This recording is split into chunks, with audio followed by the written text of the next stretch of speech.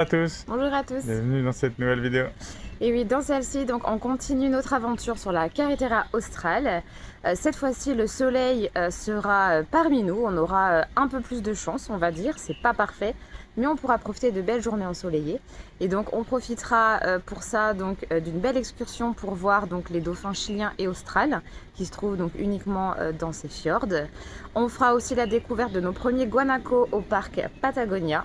Et on finira avec le petit village très authentique et très mignon de Caleta Tortel qui marquera la fin donc, de cette route mythique. Ouais, la fin du monde aussi. Hein, ouais, exactement. Ouais, il n'y a encore pas si longtemps, elle n'était pas reliée à la Carretera australe, donc vraiment petit village authentique bien sympa. Voilà, les paysages des fjords sont quand même magnifiques. Donc voilà, cette partie-là a été quand même beaucoup plus agréable. Et dans la prochaine, donc on prendra un ferry pour traverser les fjords et arriver donc sur Chili, mais côté terre, on va dire. Voilà. Donc on vous laisse sur ces belles images et puis voilà, à la prochaine. Bonne vidéo. Salut.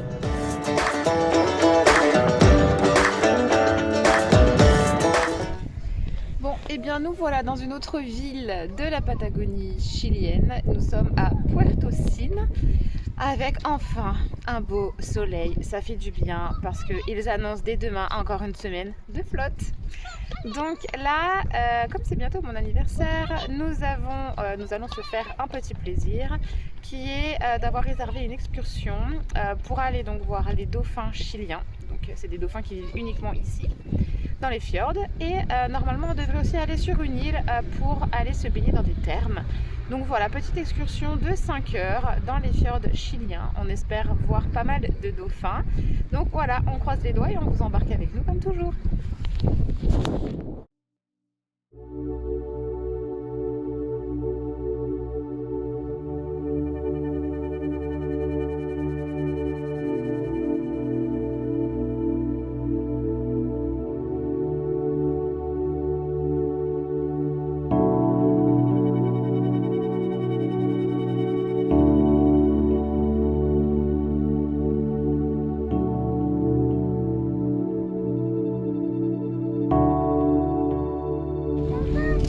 Ah, ils sont trop beaux.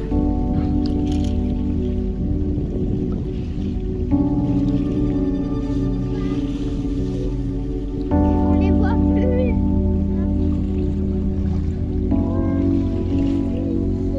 On les voit carrément sous l'eau. C'est comme si on était glacés. Oui, ça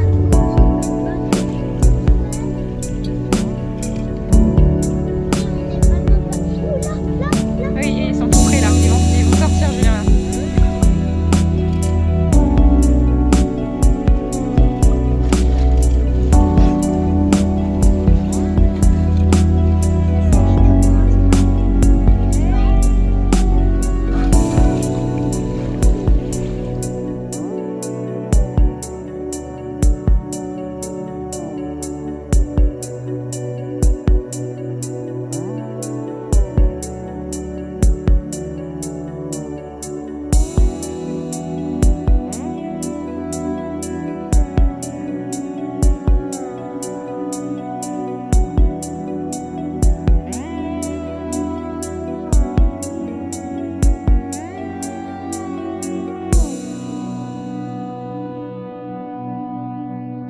Bon, alors nous sommes arrivés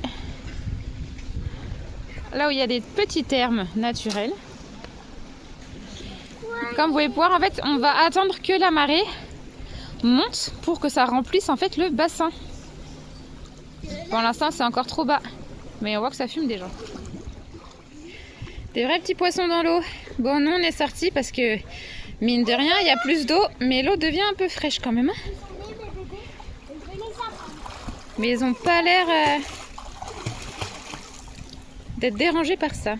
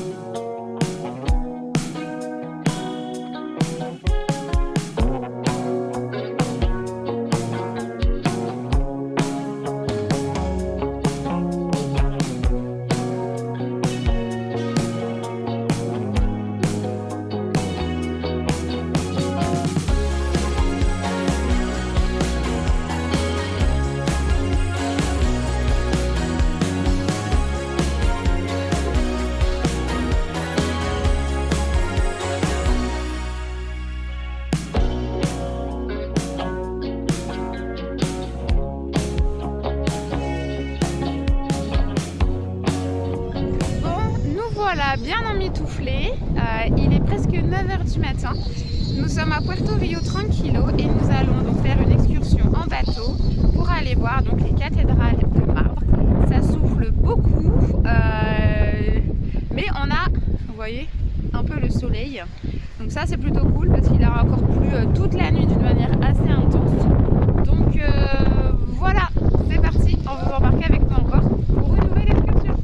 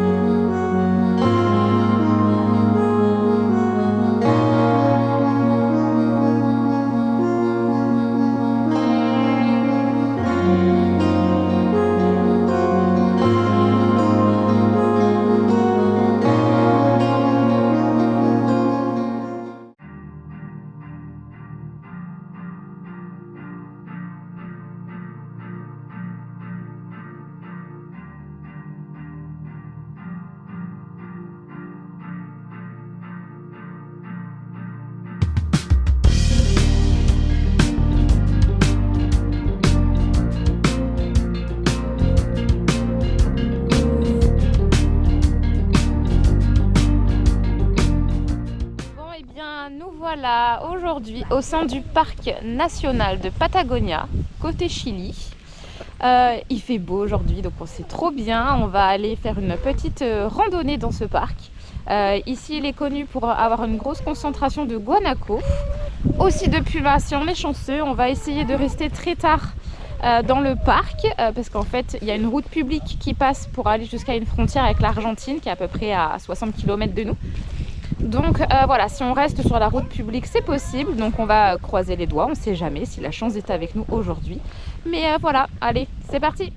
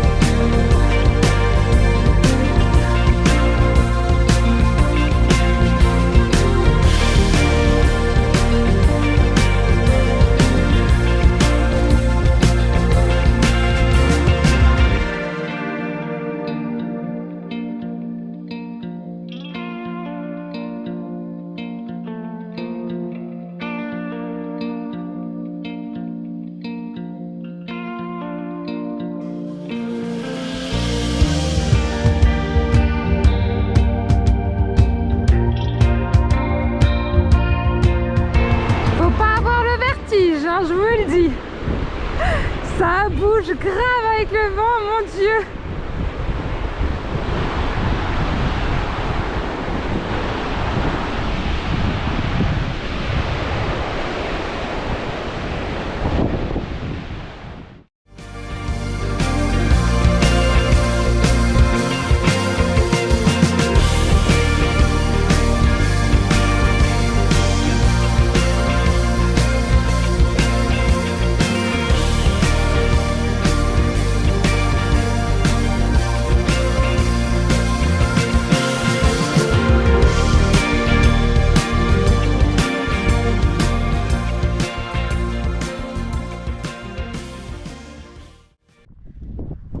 Ils sont carrément sur le chemin là.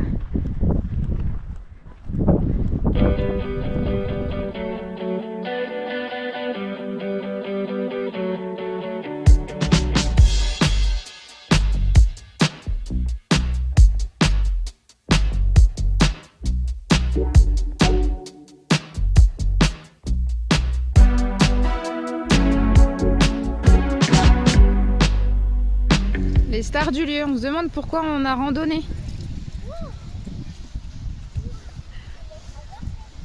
Il y en a de partout au Visitor Center.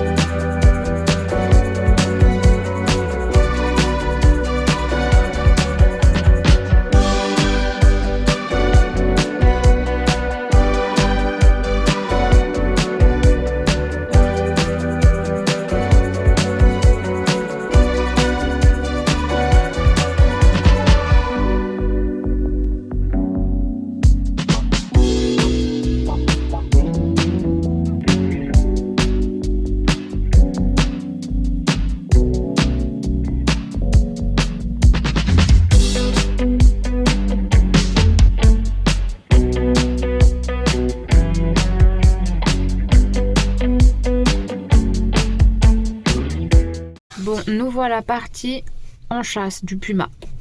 Notre objectif, c'est d'en voir un. Les rangers nous ont un petit peu expliqué ce qu'il fallait regarder. Donc là, on est en hauteur, en face d'une plaine où il y a un regroupement de guanaco. Ce qui nous alerte, c'est que ils sont tous en groupe, ils ne mangent pas, ils sont tous en alerte. Donc ça, c'est des signes potentiels qu'il pourrait y avoir un puma à proximité. Ici, on a sur le côté comme genre 2 sentinelles quoi, qui sont assez en alerte. En fait, ils regardent tous dans la même direction. Et voilà, donc on attend. Il y a un autre véhicule derrière nous aussi, donc sûrement qu'ils ont les mêmes infos que nous. Et voilà, on patiente. On ne sait pas ce que ça va donner, peut-être rien du tout. Mais en tout cas, c'est la première fois qu'on ne les voit pas voilà, brouter de l'herbe, mais qui sont vraiment en mode encerclés et en alerte. Donc on va croiser les doigts. Mais voilà, on patiente, on patiente. Le paysage est absolument magnifique. Et il faut savoir que les guanacos peuvent sentir donc le puma à 500 voire 1 km, qu'il a une très bonne ouïe et une très bonne vue. Mais bon, le puma aussi a bien conscience des capacités du guanaco. Donc voilà, c'est une vraie bataille entre les deux. Et il faut savoir que le guanaco, il peut aller très vite, 56 km/h quand même. C'est-à-dire que Mbappé. Non. Vous voyez les références de Florian. Il fait 83 km, oui. De plus. Non, je pense pas. Ça fait beaucoup quand même, 80 km/h. Si, on avait vu sur... Bref, le débat quoi. Mbappé versus Guanaco. Ah, je vous jure. Allez, on va patienter un petit peu ici. Bon, eh bien, on s'est levé de bonne heure, enfin 7 heures, puisque le soleil se lève tard en ce moment, pour retourner dans le parc, alors en tout cas pour suivre la piste publique, pour essayer de retenter de voir le puma qu'on n'a pas pu voir hier soir du coup. Mais malheureusement, chou blanc, les guanacos se sont un peu vidés, donc on se pose la question de peut-être qu'il y a eu une attaque dans la nuit, parce que les pumas chassent jour et nuit, même s'il y a des moments un peu plus... avec un pic d'activité un peu plus importante. Mais voilà, tant pis, on quitte le parc Patagonia, on poursuit notre route et puis peut-être qu'un peu plus tard on pourra en recroiser.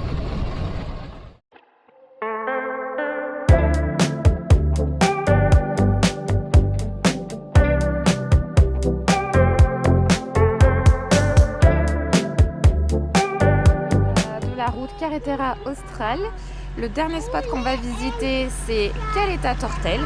Une petite ville vraiment bout du monde. On va aller visiter. La ville est particulière vu qu'en fait on ne peut pas y aller en voiture. En fait il y a un parking, un petit parking. On est très mal garé mais bon c'est pas grave. Et en fait c'est que des pontons en bois pour se promener en fait dans la ville. Donc voilà, on vous emmène avec nous pour le dernier stop de la Carretera Austral pour nous, vu que demain soir, on va prendre donc le bateau de Puerto Yungay à Puerto Natales sur 3 jours. Voilà, allez c'est parti.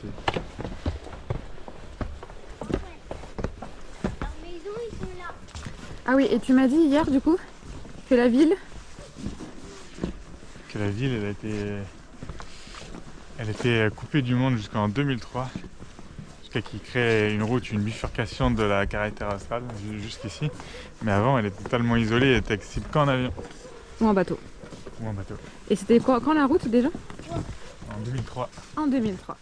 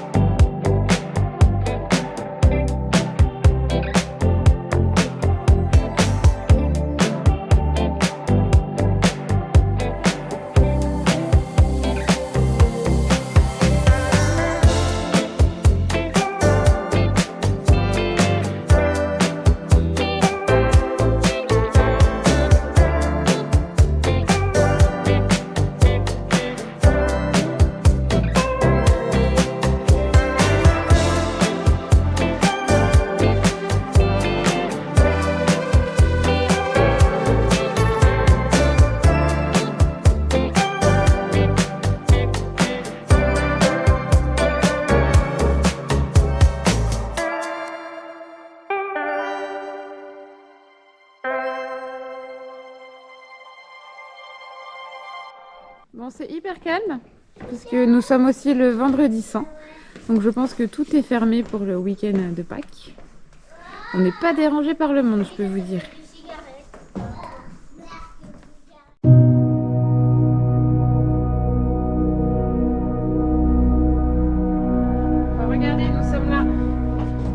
Tortel. Et vous voyez, après, il n'y a plus de route ici.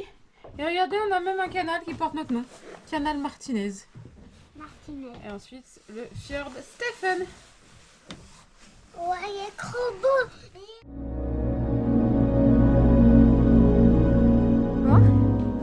On monte un mirador. Ça grimpe sévère. C'est très très raide. Regardez-moi l'escalier.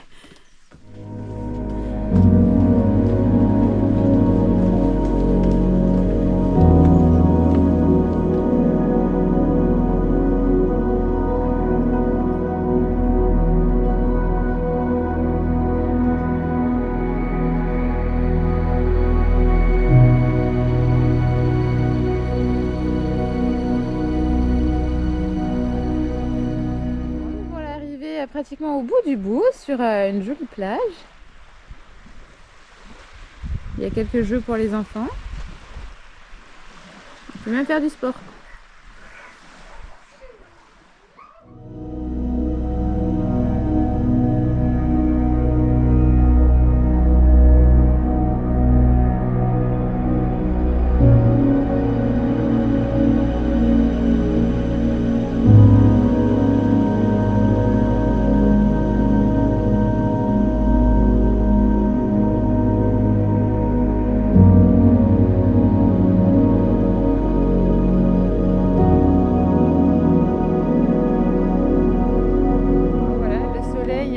Sort de plus en plus. Ça y est, on finit notre aller-retour dans ce petit village très typique et authentique de la Patagonie. C'était vraiment très sympa.